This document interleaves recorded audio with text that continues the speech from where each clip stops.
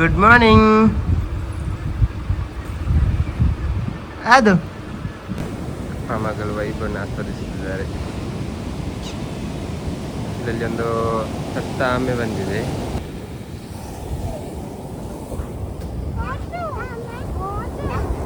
ಮಗಳೇ ಆಮೆ ನೋಡಿ ಮಗಳೇ.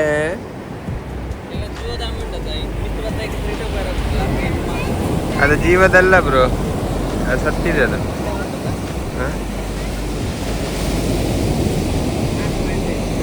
ಮ್ಯಾಂಗೋ ಇಲ್ಲ ಅಲ್ಲಿ. ಅಲ್ಲಿ ಇವಾಗ ಇಲ್ಲ, ವಾಟರ್ ಮೆಲನ್ ಮತ್ತು ಲೈಮ್ ಜ್ಯೂಸ್ ಮಾತ್ರ ಇರೋದು. ಪರವಾಗಿಲ್ಲ, ಒಳ್ಳೇದಿದೆ ಆ್ಯಕ್ಚುಲಿ. ಇದು ನೋಡಲಿಕ್ಕೆ ಲೊಕೇಶನ್ ಆಗಲಿ, ಇಲ್ಲಿನ ರೆಸಾರ್ಟ್ಗಳಾಗಲಿ ಎಲ್ಲ ಚೆನ್ನಾಗಿದೆ. ಬಟ್ ಸ್ವಲ್ಪ ಬೀಚ್ ಮಾತ್ರ ತುಂಬಾ ಪ್ಲಾಸ್ಟಿಕ್ ಬಿಸಾಕಿದ್ದಾರೆ. ಅದು ಮೇ ಬಿ ಇಲ್ಲಿಗೆ ಬಂದ ಟೂರಿಸ್ಟ್ನವರೇ ಆಗಿರ್ಬೋದು.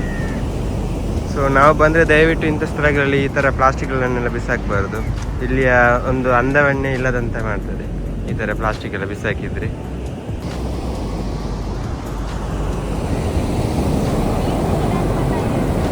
ರೂಮಲ್ಲಿ ಈಗ ಬ್ರೇಕ್ಫಾಸ್ಟ್ ರೆಡಿ ಮಾಡಿ ಕೊಟ್ಟಿದ್ದಾರೆ. Puri and bhaji.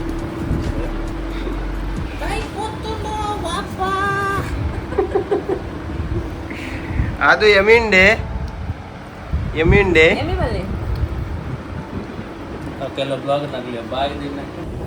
Room checkout ಮಲ್ತೊಂದಲ್ಲ. ಮುಂದಿನ ಪಯಣ ದೂರ ಜೆಪಿಯನ್ನ ಮುಂದಿನ ಪಯಣ ಒಂದು ಕರ್ಚಿನ ಪ್ಲೇಸ್ಗೆ ಕರ್ಕೊಂಡು ಬಿಸಿಲದ ಕಾರಣ ಆತನಿಗೆ ಇರ್ಬೇಕಚ್ಚಿ ಬಾರಿ ಕಷ್ಟಪಡುತ್ತಿದ್ದಾಳೆ.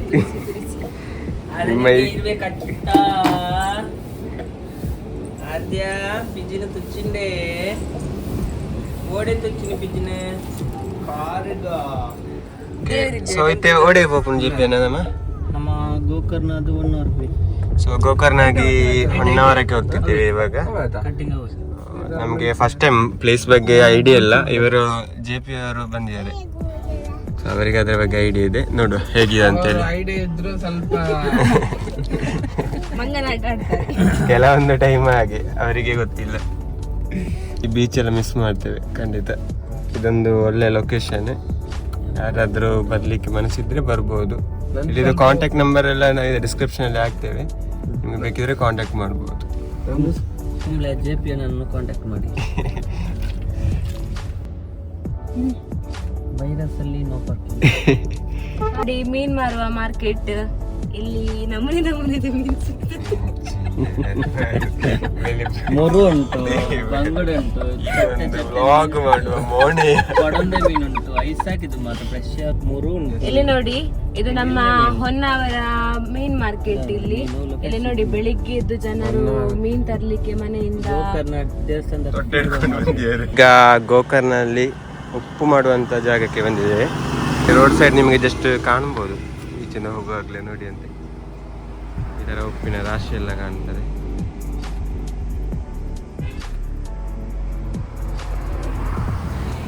ಉಪ್ಪಿನ ರಾಶಿ.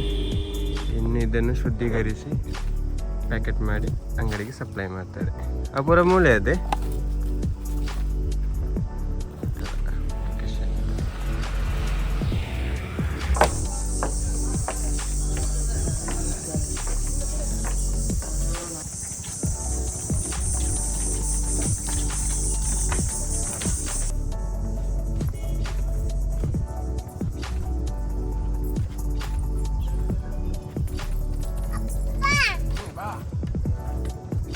ಇದು ನಮ್ದು ಮ್ಯಾಂಗ್ರೋವ್ ರೋಡ್ ವಾಕಿಂಗ್ ಆಗ್ತಾ ಉಂಟು ನೋಡಿ. ತುಂಬಾ ಸೆಟಪ್ ಎಲ್ಲ ಚಂದ ಮಾಡಿದ್ದಾರೆ ಇಲ್ಲಿ ನೋಡಿ. ಇಲ್ಲಿ ಡೀಟೇಲ್ ಹಾಕಿದ್ದಾರೆ. ಕಾನ್ಲಾ ಸಸ್ಯಗಳ ಜೈವಿಕ ವೈಶಿಷ್ಟ್ಯಗಳು.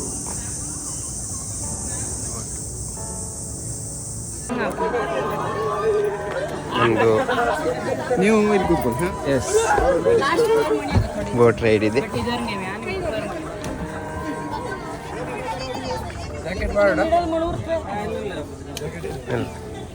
ಈಗ ಬೋಟಿಂಗ್ ಅಲ್ಲಿ ಇದ್ದೇವೆ ನೋಡಿ, ಎಂಜಾಯ್ ಮಾಡಿ.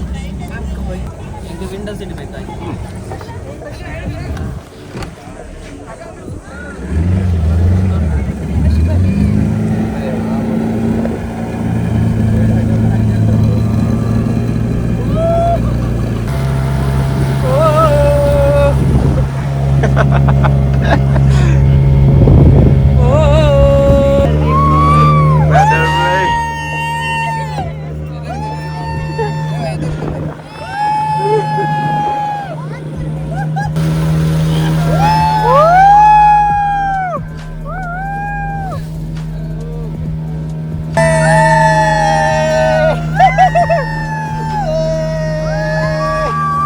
ಬಿಸಿಲು ಸ್ವಲ್ಪ ಜೋರಾಗಿದೆ, ಖಾರವಾಗಿದೆ. ಹೇಗಿದೆ ಎಕ್ಸ್ಪೀರಿಯನ್ಸ್ ಹೇಗಿತ್ತು ಮನುಷ್ಯ? ಸೂಪರ್. ಎಂಜಿತ್ತೇನೆ ರಾಕು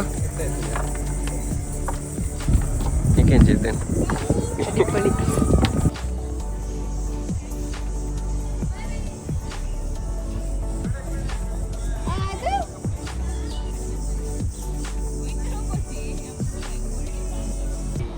ಇದು ನಮ್ಮ ಇಕೋ ಬೀಚ್.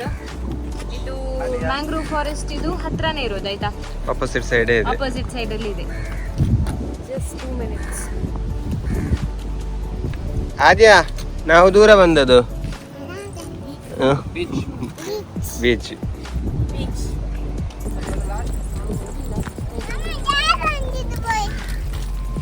ನೋಡಿ ಫ್ರೆಂಡ್ಸ್, ಇಲ್ಲಿ ಅಲ್ಲಿ ಕೆಲವು ಸ್ಟ್ಯಾಚುಸ್ ಎಲ್ಲ ಇಟ್ಟಿದ್ದಾರೆ. ಮಕ್ಕಳಿಗೆ ಎಲ್ಲ ತುಂಬ ಎಂಜಾಯ್ ಮಾಡ್ಬೋದು ಇಲ್ಲಿ ಬಂದು. ಆದರೂ ಸ್ವಲ್ಪ ತಂಪಾಗಿ ಗಾಳಿ ಬೀಸ್ತುಂಟು, ಎಂಜಾಯ್ ಮಾಡ್ತಿದ್ದಾರೆ. ದೊಡ್ಡವರು ಕೂಡ ಮೊಸಲಲ್ಲಿ ಆಡ್ತಾ ಇದ್ದಾರೆ.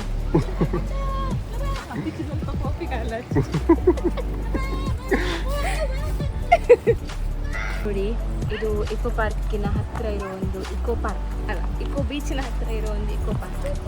ಇಲ್ಲಿ ಮತ್ತೆ ನಿಮಗೆ ಈ ತರ ವೇಸ್ಟ್ ಬಿಸಾಕ್ಬೋದು. ಇಲ್ಲಿ ಬಂದು ನೋಡಿ, ಫುಡ್ ಎಲ್ಲ ಮಾಡಿ ವೇಸ್ಟ್ ಎಲ್ಲ ಬಿಸಾಕಿ ಹೋಗಿದ್ದಾರೆ. ಇಷ್ಟೊಂದು ಇಷ್ಟೊಂದು ಪ್ರಕೃತಿಯನ್ನು ಮೇಂಟೈನ್ ಮಾಡಿದ್ದಾರೆ. ಅದನ್ನು ಉಳಿಸೋದು ನಮ್ಮ ಕರ್ತವ್ಯ. ಆದರೆ ಎಂತ ಮಾಡೋದು, ನಮ್ಮ ಮನುಷ್ಯರಿಗೆ ಅಂದರೆ ನಮಗೆ ಭಾಷೆ ಇಲ್ಲ, ಸ್ವಲ್ಪ ಎಂತ ಮಾಡ್ಲಿಕ್ಕೆ ಆಗುದಿಲ್ಲ ಅಲ್ಲ.